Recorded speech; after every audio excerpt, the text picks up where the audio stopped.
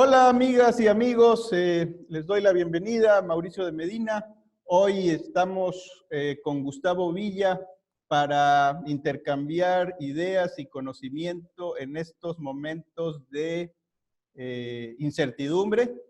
Al momento de realizar esta grabación, pues se están dando movimientos importantes en los mercados bursátiles, derivado de la pandemia llamada coronavirus y de una caída en precio del petróleo. Para ello, me da gusto recibir en este episodio a Gustavo Villa. Como antecedente, puedo mencionar que Gustavo ya tiene pues más de 20 años en el sector financiero. Hoy día manejando portafolios de inversión a través de su despacho que es BBZ Capital. Y bueno, te doy la bienvenida, Gustavo. Buen día. Hola Mauricio, buen día, muchas gracias por la invitación y pues encantado de compartir con ustedes. Y bueno, parte del tema de hoy es de las grandes crisis que se han originado a lo largo de la historia, donde, bueno, vemos que una vez más hay una caída importante de los índices, de las acciones y de muchos otros instrumentos que son considerados de renta variable. También estamos viendo cómo el Bitcoin se ha visto afectado. Y bueno, la pregunta inicial sería, ¿qué tan común es ver estos fenómenos? Sí. Pues en realidad es bastante común, Mauricio. Prácticamente todos los años, o la gran mayoría de los años, pues vemos algo de volatilidad y algunas caídas pues, relativamente importantes. Por ejemplo, te podría mencionar o tener como referencia al mercado americano y utilizando el índice Standard & Poor's 500, pues bueno, es a lo mejor el índice bursátil más importante del mundo, entonces por eso me gusta tomarlo como referencia.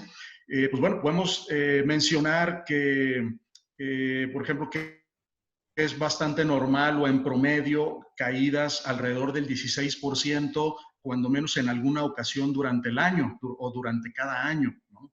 Entonces, años en donde, o periodos anuales en donde vemos más bien caídas pequeñas, por ejemplo, alrededor de un 3 al 5%, pues son eventos más bien poco comunes, ¿no? La última vez que habíamos tenido antes de 2017, que me parece que la corrección más fuerte en 2017 fue un año de muy baja volatilidad, poquito más del 3% que llegó a caer en algún momento el Standard & Poor's, fue 2017, y antes de eso había ocurrido, nos tenemos que ir hasta 1995. Entonces, más bien, lo que es muy poco común es que pues, los mercados pues, no sean volátiles y que no presenten pues, este tipo de caídas. Entonces, que los índices principales caigan el 8, el 10 o el 15% en algún momento durante el año, pues es algo pues, relativamente normal, es lo que podemos esperar. Y creo yo que aquí no se trata como de asustar a nadie, sino pues más bien que entendamos que también es como, como el precio que se tiene que asumir o se tiene que pagar, el tener que pasar por este tipo de volatilidades o de malestares en el corto plazo, pues para que los mercados bursátiles terminen pagando pues un buen premio o buenas ganancias en el mediano y largo plazo. Pues es algo, hay que entender que esto es algo pues bastante normal, ¿no? Bueno, entonces aquí viene un punto muy importante de entrada. Cada año el mercado es susceptible a tener una corrección y bueno, de las grandes correcciones, estamos hablando de cuando ya están hablando de una caída de un 20% o incluso más. Sí. Que si estoy invirtiendo en esta clase de mercados, pues no debería salir corriendo porque ya bajo esta premisa, pues ya debería estar advertido de que esto es algo a lo que eventualmente me voy a enfrentar. ¿Es correcto? Todos nos vamos a tener que enfrentar a eso. A mí lo que me parece muy importante es que todos los inversionistas, los que ya tienen experiencia o los que van a iniciar a invertir en el mercado, desde el principio deben de definir cuál es su plan, ¿no? Entender también cuál es su horizonte de inversión y su tolerancia al riesgo. Porque creo yo que un inversionista que a lo mejor va de muy largo plazo a más de 10 o 20 años o incluso más allá de eso, pues este tipo de situaciones pues no lo debería tener tan preocupado. Pero si tu horizonte de inversión es más corto, ¿sí? Vamos hablando que menor a los 10 años, 5 años, 3 años o incluso menos, pues entonces sí deberías de ser, me parece a mí, como mucho más proactivo o prepararte de otra manera para enfrentar este tipo de situaciones, ¿sí? Porque también hay que ver y hay que entender que estas caídas, estos drawdowns que se le llama también mayores al 20%, pues no son tampoco tan raras. Y algunas grandes descalabros bursátiles, por ejemplo, ya hablando de más del 30 o el 40 o el 50%, históricamente se habían venido dando en promedio, por ahí de cada, entre un promedio entre un 6 y cada 6 y 8 años.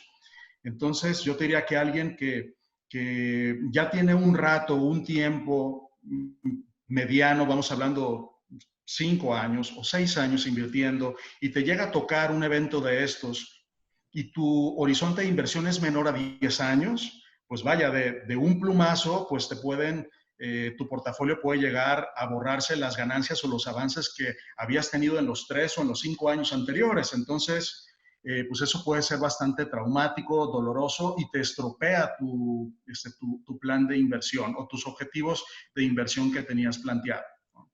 Entonces, depende mucho del horizonte de inversión, ¿no? Entre más a largo plazo vayas, más allá de 10 años, 15, 20 años, yo creo que este tipo de eventos como lo que hemos visto en estas últimas semanas, más bien deberían de ser muy bienvenidos, ¿no? Debería de darte hasta gusto que se presenten, porque entonces podrías poner dinero nuevo a trabajar a precios más bajos, ¿no? Pero cuando tu horizonte de inversión es menor a eso, yo diría que menor a 10 años, me parece que te tienes que preparar de una manera distinta, ¿no? Tienes que ser un poco más proactivo y debes de implementar alguna estrategia de control y de gestión del riesgo, ¿no? Es todo un tema. Muy bien, queda muy claro. Ahora, con tantos años que tienes de experiencia, donde uno se vuelve a veces hasta un historiador de lo que pasa en la economía, en las finanzas, parte de la chamba de un asesor, ¿podrías mencionarme algunas grandes caídas que se hayan dado que tú recuerdes y cuál ha sido su posterior desenlace? Bien, pues bueno, recuerdo muy bien alrededor del 97 y 98, lo recuerdo muy bien porque pues, bueno, fueron mis primeras experiencias, era un novato, iba yo empezando, y pues bueno, fue cuando tuvimos las primeras, estas crisis que eran un poco más como de carácter global, el mundo comenzaba a estar mucho más interconectado, pues la crisis de los tigres asiáticos en aquel momento, después Brasil tuvo problemas serios, Rusia tuvo problemas muy importantes, Estados Unidos comenzaba a contagiarse con aquel tema del long-term capital management, pero la Fed intervino muy a tiempo y de manera muy agresiva. Entonces, pues bueno, hubo mucha volatilidad en los mercados emergentes. Aquí en México fueron años complicados, pero eso también, pues bueno, también sentó las bases para que se viniera un poquito más adelante en Estados Unidos la burbuja de Internet hacia el 99 y el 2000, ¿no? Entonces, pues bueno, después tuvimos las grandes caídas entre 2001 y 2003, una recesión en Estados Unidos, una caída brutal en los mercados, pues también eso lo recuerdo muy bien. Luego otros años de bull market y pues bueno, ya nos vamos de ahí hasta la crisis financiera global en 2008-2009, que creo yo que es los que tenemos un poquito cuando menos un poco de tiempo en los mercados, pues todavía lo tenemos muy presente, muchos recuerdos y pues muchos a lo mejor guardamos algo de cicatrices de aquel entonces, ¿no? Yo te podría decir que lo que hemos visto en estas últimas 2 semanas es lo que más se le ha asemejado a lo que vimos en 2008. Me parece que es lo más similar. En aquella ocasión, la caída fue todavía más intensa, más fuerte, pero digamos lo que nos hace que recordemos mucho esa ocasión o esos eventos, pues es la velocidad con la que el mercado ha ajustado en esta ocasión, ¿no? Aunque en aquella vez, en 2008, pues las cosas se pusieron más graves, pues digo, los que recordamos, pues se hablaba del colapso total del sistema financiero mundial, ¿no? Entonces, sí era esa posibilidad, pues bueno, pues sí era mucho más grave que por lo que estamos, me parece, atravesando en este momento, ¿no? Entonces, esos son los eventos que recuerdo. Muy bien. El desenlace ha sido que después de un gran pánico, los precios se abaratan de una manera importante, ¿sí? Y bueno, ahí se dan oportunidades, ¿no? El riesgo se presenta, o más bien la oportunidad se presenta con una cara poco amigable, ¿no? Y bueno. Es correcto. Y en el momento siempre es muy difícil. Siempre se siente horrible y parece que las malas noticias o el mal desempeño del mercado nunca va a terminar. En el momento siempre así se siente, ¿no? Pero la verdad es que estos tiempos malos siempre terminan pasando, las cosas terminarán volviendo un poquito más hacia la realidad y pues bueno, veremos en retrospectiva pues que estas grandes caídas siempre representan también muy buenas oportunidades. Muy bien, a veces, Ahora, hay perdón. que hacerlo también con cautela y con la estrategia adecuada, ¿no? Porque pues también no podemos, digamos que sin responsabilidad o sin hacer un análisis adecuado, profesional, pues simplemente poner el dinero en cualquier cosa. Hay que tener mucho cuidado cómo se hace, ¿no? Para poder recoger los frutos en el futuro, ¿no? De acuerdo. Muchas personas que yo creo que van a ver este video, que lo van a escuchar posteriormente en podcast, pudieran tener la pregunta de por qué un suceso que está pasando en otro lado del mundo impacta tanto a ciertos sectores, a ciertos países, que parecieran no tener una relación directa. Y lo digo por el siguiente ejemplo.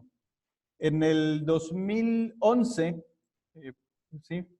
Grecia estaba en un punto donde también afectó de manera importante los mercados. Tú lo has de recordar, que se iba a salir del euro, etcétera, etcétera, y hubo caídas del más del 10% en índices y en acciones, ni se diga. Y recuerdo que algunas personas se me acercaban y me decían, pero pues, ¿cuál es la relación que tiene México con Grecia? O sea, ¿por qué ¿qué nos venden o qué le vendemos que el mercado o el mundo se ve tan afectado? ¿Qué podrías tú decirle a esas personas? Que me parece es una buena pregunta, ¿verdad? ¿Por qué hay tanto Sí, impacto? es una buena pregunta. El mundo cada vez está más interconectado. Los mercados financieros no son la excepción. Y lo que pasa es que cualquier problema se puede venir o irse como en cascada, ¿no? O en efecto de contagio. Retomando el ejemplo que estabas poniendo tú en el caso de Grecia, pues bueno, Grecia no es o no era en ese momento el único país emproblemado en Europa.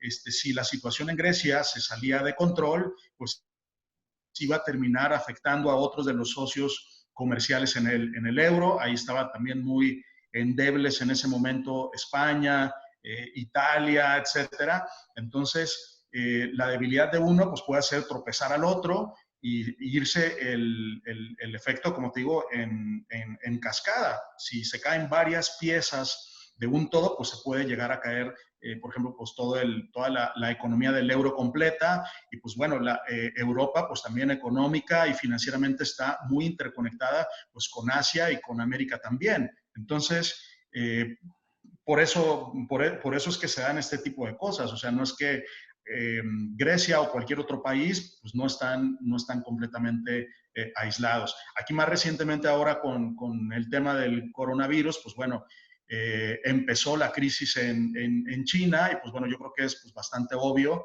que económica y financieramente pues China tiene un gran impacto en el mundo, ¿no? Entonces, pero es lo mismo, ¿no? Pareciera que aunque Grecia por tamaño pues no es tan relevante, pues bueno, su efecto en toda la economía del euro pues podía ser bastante trascendente, ¿no? Y pues bueno, y una vez afectándose toda la economía de la eurozona, pues bueno, pues tiene impacto en todo el resto del planeta, ¿no? Entonces, es por esa situación, pues simplemente también dar otro ejemplo de cómo estamos interconectados, pues por ejemplo, el peso mexicano, pues es una moneda que cotiza prácticamente las 24 horas del día y está cotizando en todos los usos horarios, ¿no?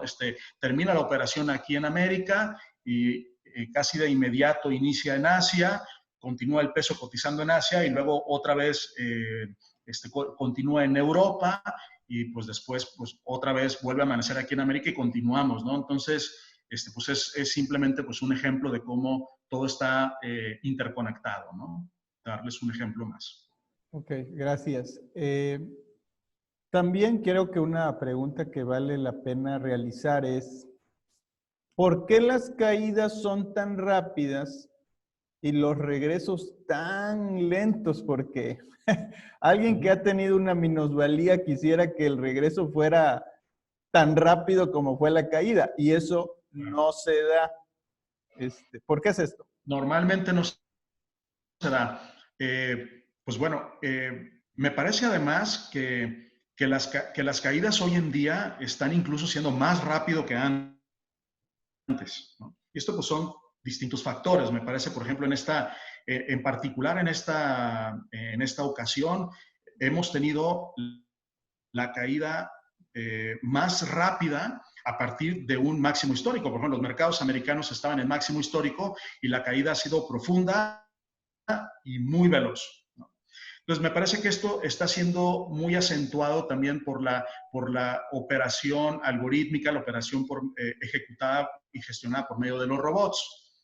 Eso por un lado, me parece que eso está dando más velocidad a la manera en que se están comportando los precios. La otra es que también el mercado, pues bueno, en esta ocasión, pues también nos encontró la caída, pues con un nivel de apalancamiento importante. Entonces, el apalancamiento, pues también, pues genera este tipo de distorsiones y caídas todavía más abruptas, ¿no? Pero tienes tu razón, normalmente las caídas son más rápidas que las recuperaciones, pero esto principalmente está ligado más a una cuestión que tiene mucho que ver con la psicología de masas, porque cuando los precios caen, la toma de decisiones de las personas es mucho más afectada que si estás del otro lado. Cuando el mercado sube y lo que quieres es comprar, las compras son mucho menos emocionales que las ventas en la caída. O sea,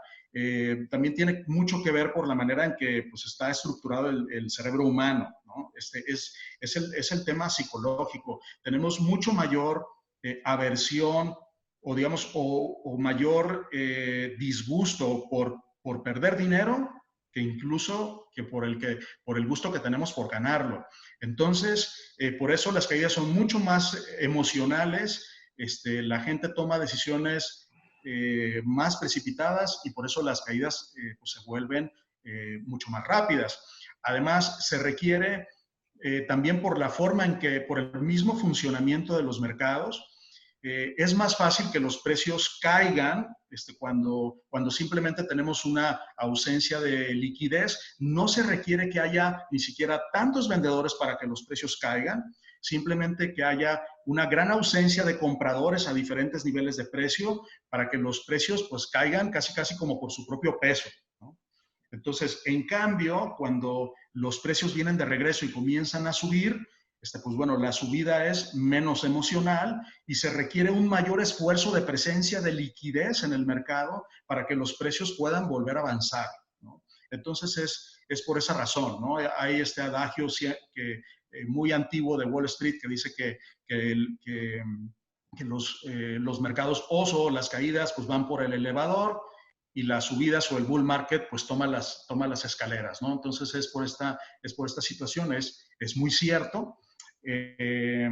Yo diría algo nuevo que también tenemos en los mercados y que es relativamente reciente, también es algunas recuperaciones en forma de V que se les llaman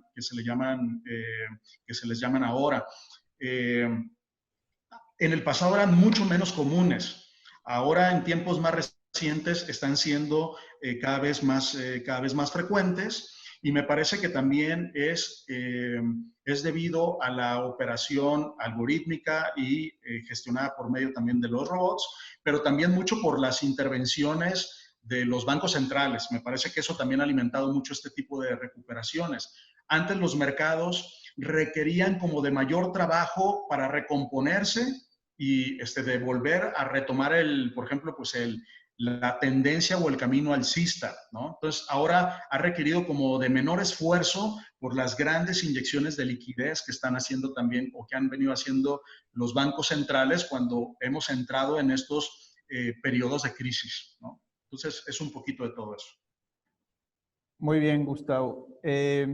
Tú que manejas capital y bueno, manejas clientes, una pregunta que a veces se hace o a veces se piensa es si existe un indicador o una técnica que nos ayude a predecir lo que va a pasar. Que tú y yo sabemos que no existe al 100%, ¿sí?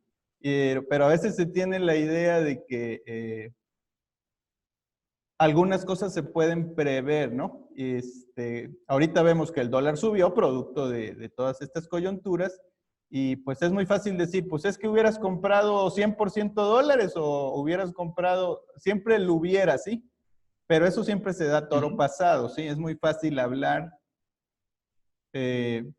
mirando el retrovisor y cuando se administra dinero, pues no vas mirando el retrovisor, vas mirando el parabrisas, como es generalmente como se maneja. Entonces la pregunta sería, ¿existe algún tipo de indicador o técnica que al 100% nos dé certidumbre para saber qué es lo que va a pasar? Muy buena pregunta. Siempre a toro pasado, pues pareciera que todo es como muy obvio, ¿no? Y era muy claro, pero la verdad es que nunca lo es, ¿sí? Y tienes toda la razón, no hay un indicador que te pueda predecir el futuro, que te ayude a preverlo. No existe el Holy Grail, que se le llama. Pues bueno, sí hay algunas herramientas y algunas técnicas que utilizamos, yo te diría, no para predecir el futuro, y creo yo que este punto es muy importante. La mayor parte de mi proceso de toma de decisiones lo hago basado principalmente en análisis técnico. Pues el análisis técnico lo complemento con un poco de análisis fundamental, que bueno, sería meternos a lo mejor incluso desviarnos del tema, pero yo lo que sí podría decirte es que utilizo ciertos procesos y ciertos análisis para un poquito como lo que sería el tratar de prever cuál va a ser el clima, ¿no? Es una manera de ver, por ejemplo, si yo comienzo a ver el cielo un poco nublado o más nublado, o si empiezo a ver relámpagos, pues bueno, pues yo puedo prever que es muy probable que comience a llover. ¿Qué tan fuerte va a empezar a llover? No lo sé, a lo mejor va a lloviznar, va a caer un tormentón, no lo sabemos. Muchas veces el cielo se cierra, se pone muy oscuro y no termina lloviendo, ¿no? Entonces, esto es un poquito lo mismo, ¿no? De esa forma es como utilizo en este caso, el análisis técnico, digamos, clásico y algunas otras herramientas distintas, más nuevas, que tienen que ver también con la psicología de los mercados y algo de análisis intermercados. Y eso me ayuda a evaluar el apetito por riesgo que el mercado tiene, o si el mercado me está anunciando que hay mayor probabilidad o menor probabilidad de peligro en el futuro cercano. Entonces, eso para lo que me ayuda no es para predecir el futuro, sino para prepararme y controlar el riesgo, ¿no? Para prepararme por si las cosas comienzan a ir mal. Entonces, en ese sentido, entre más importantes sean las señales que estoy viendo, entonces me pongo más estricto y más defensivo con mi portafolio. Empiezo a bajar la exposición al riesgo, incorporo activos más seguros, etcétera. Entonces, conforme empiezan a caer las primeras gotas de lluvia, pues bueno, voy disminuyendo más el riesgo. Si empieza a caer la tormenta más fuerte, pues todavía, pues me protejo todavía más, ¿no? Entonces, es más o menos la manera en que lo hacemos. Entonces, sí, hay muchas ocasiones en donde, por darte algunos ejemplos, comienzo a ver divergencias en el mercado, digamos, lo que diríamos que son como contradicciones o señales encontradas entre lo que hacen los precios en el mercado, lo que hacen los índices, contra, por ejemplo, lo que estoy viendo que el mercado está perdiendo momentum, o el aliento del mercado está también arrojándome una señal negativa, etcétera. Estas son solamente señales de advertencia y no son indicadores que me disparen, por ejemplo, señales de venta, ni mucho menos. Pero sí empiezan a ser signos que me ponen a mí, digamos, como más alerta, ¿no? Entonces, en el momento en que los precios comienzan a perder ciertos niveles clave, pues entonces yo empiezo a tomar decisiones y lo aterrizo en medidas de prevención en los portafolios. Esa es la manera en que lo hago. Entonces, bueno, sí hay manera de prever y de protegerte contra los riesgos, ¿no?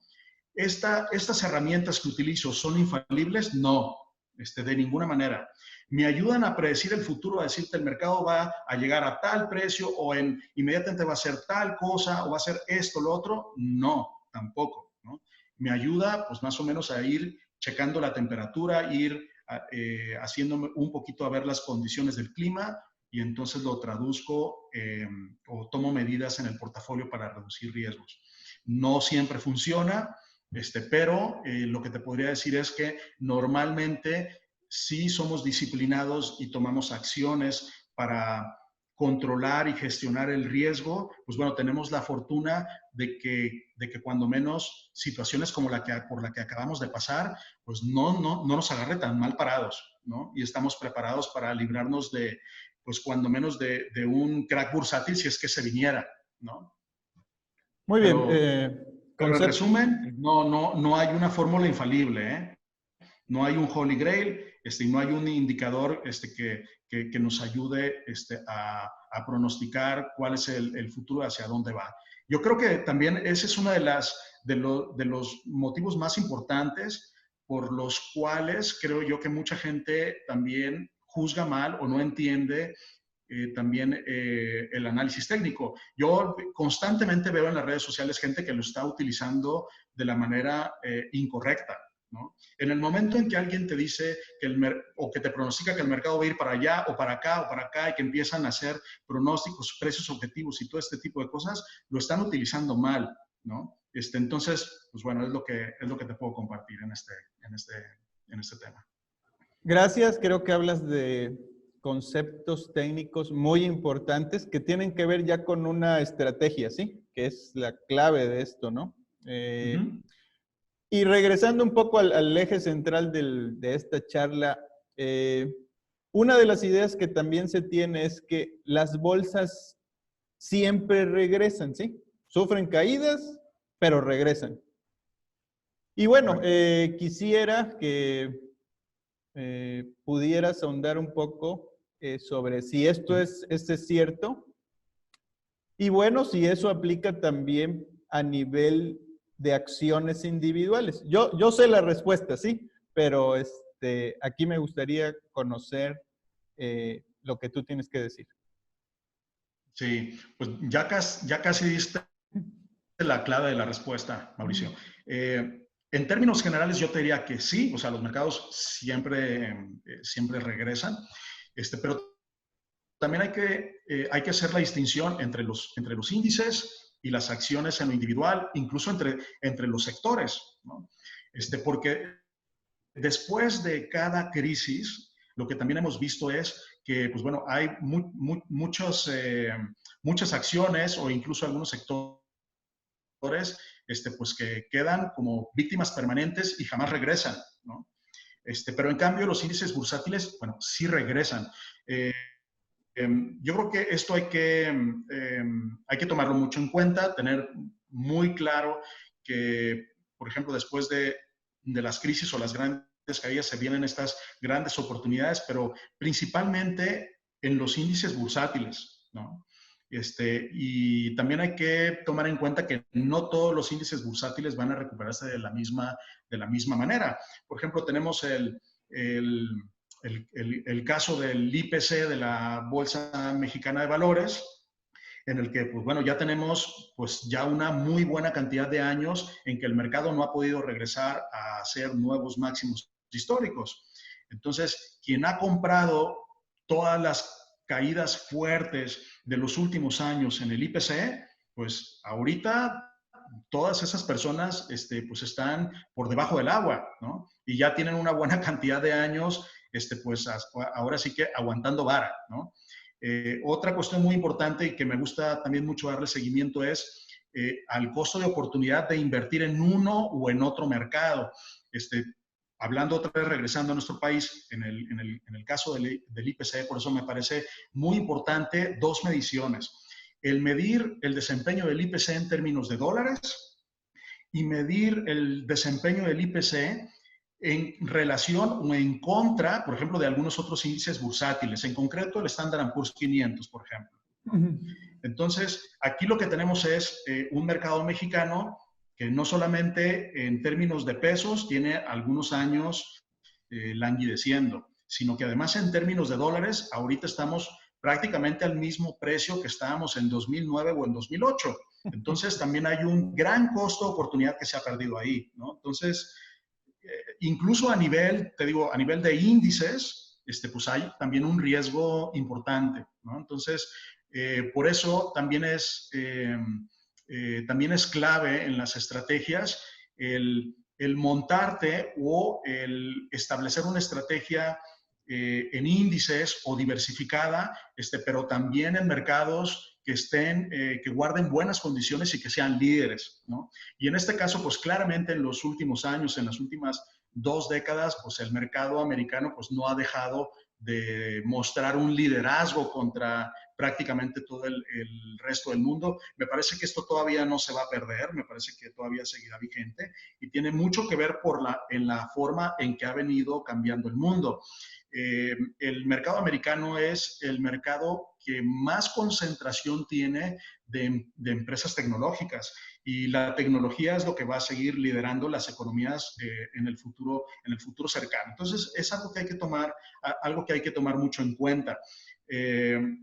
Entonces, bueno, los índices en general se defienden mejor y cuando vienen las recuperaciones de los mercados, pues tienden a recuperarse mucho mejor que si tú agarras todo el espectro o una amplia muestra de acciones en lo individual, hay una gran cantidad que se quedan rezagadas o que nunca regresan o incluso hay algunas pues, que se quedan muertas en la playa, ¿no?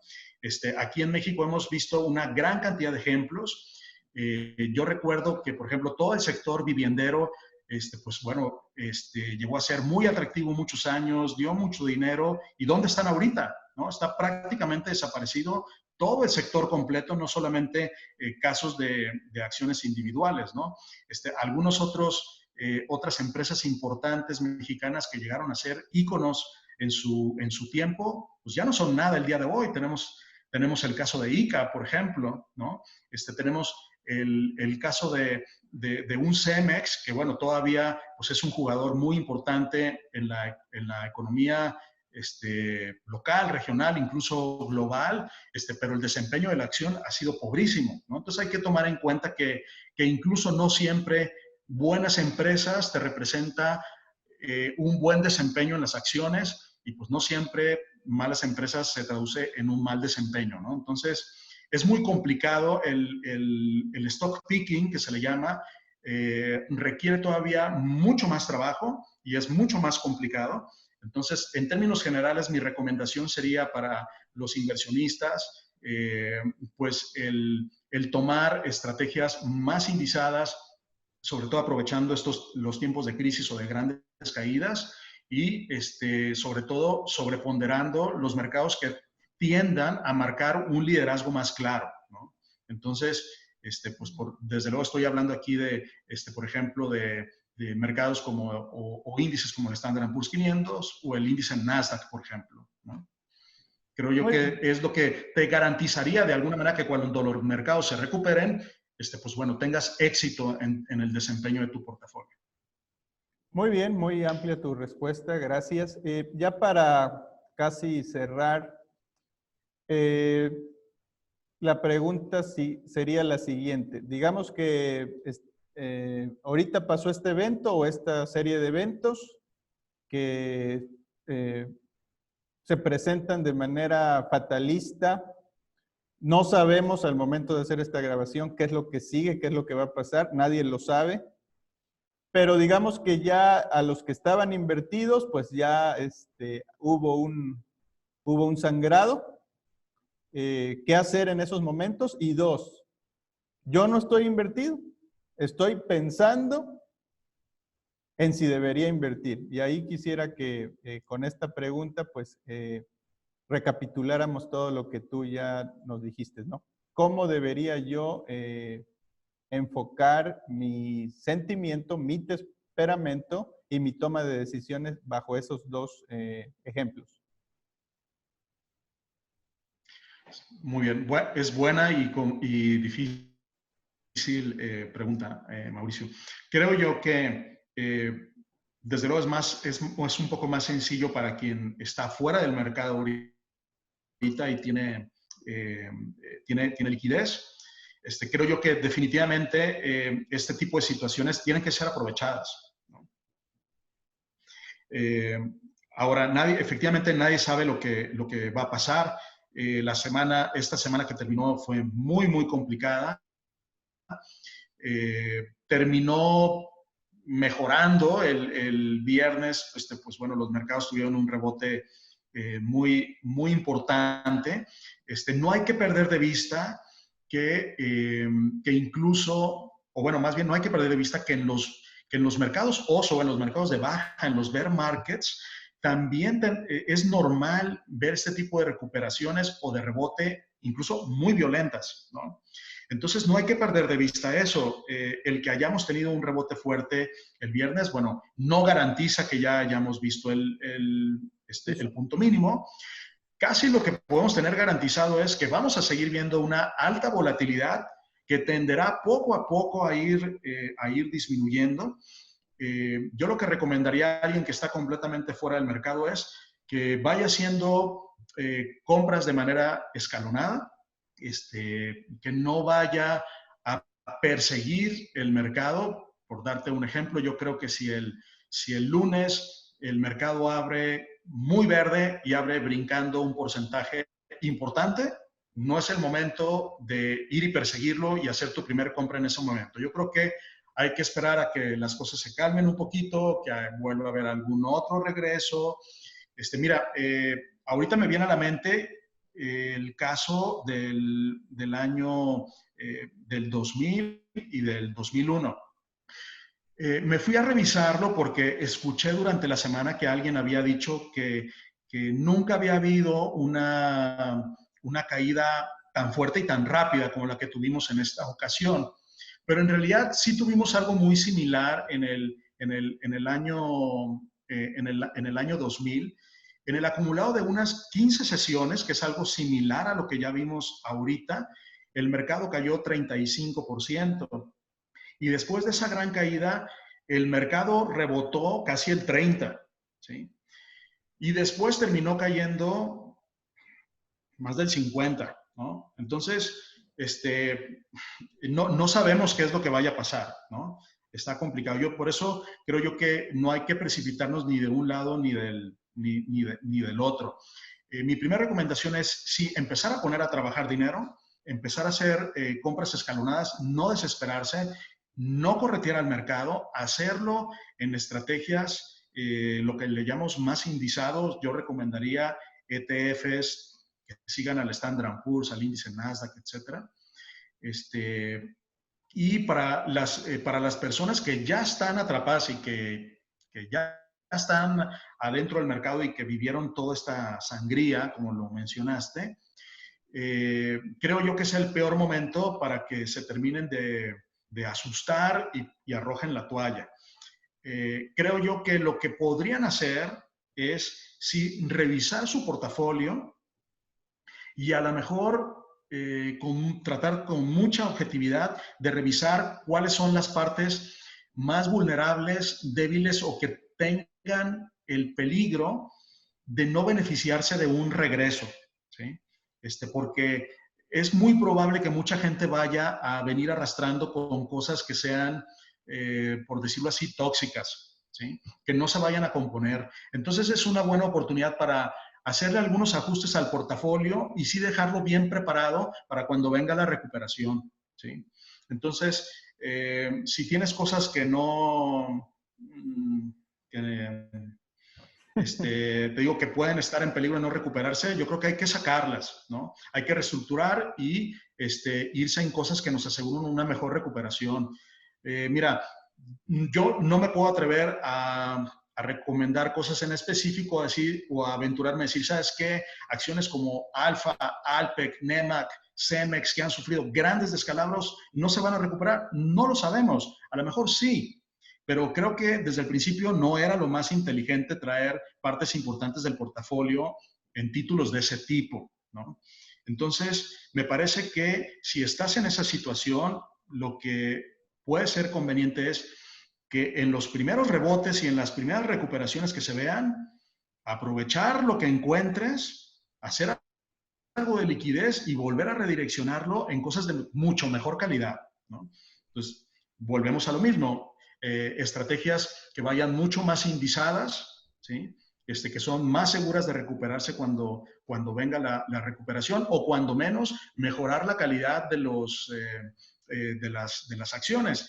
Pues bueno, yo te aseguro que difícilmente pues vamos a ver a una empresa como Apple pues no poder recuperarse en los siguientes meses, ¿no? Pero de otras empresas, por ejemplo, mexicanas o de mercados emergentes, mucho más emproblemadas, híjole, o sea, la verdad es que el panorama es muy complicado, muchísimo más incierto, ¿no? Esa sería mi recomendación. Muy bien, Gustavo. Ha sido muy amplia, muy nutritiva esta charla. Por cuestiones de tiempo, creo que podríamos continuar en otra cápsula. Y antes de despedirnos, pues no sé si nos quieras compartir tus datos, dónde apareces, dónde compartes todo esto que tú mencionas. Gracias, Mauricio. Bueno, de manera pues, más o menos regular, comparto algo de puntos de vista o algunos datos o información sobre mercados en Twitter principalmente. Mi dirección en Twitter es @GustavoBChica. Ahí me pueden encontrar. Si quieren un contacto pues, más directo, bueno, me pueden mandar un mensaje directo también por Twitter. Si no, también les dejo mi correo electrónico personal, gustavo8098@gmail.com. Y pues bueno, ya dependiendo de qué tipo de contacto o de plática quisieran que tuviéramos, pues bueno, ya podemos entonces ya derivar algún otro canal de comunicación, pero en general puede ser, me parece que esos dos ahí me encuentran. Gustavo8098@gmail.com. Muy bien, Gustavo, pues te doy las gracias nuevamente. Les doy las gracias también a quienes escuchen y alcancen a ver este video que va a estar en la red de YouTube o en podcast en Spotify bajo Mauricio de Medina. Les doy las gracias, Gustavo. Hasta la próxima edición. Hasta luego. Gracias, Mauricio. Hasta luego.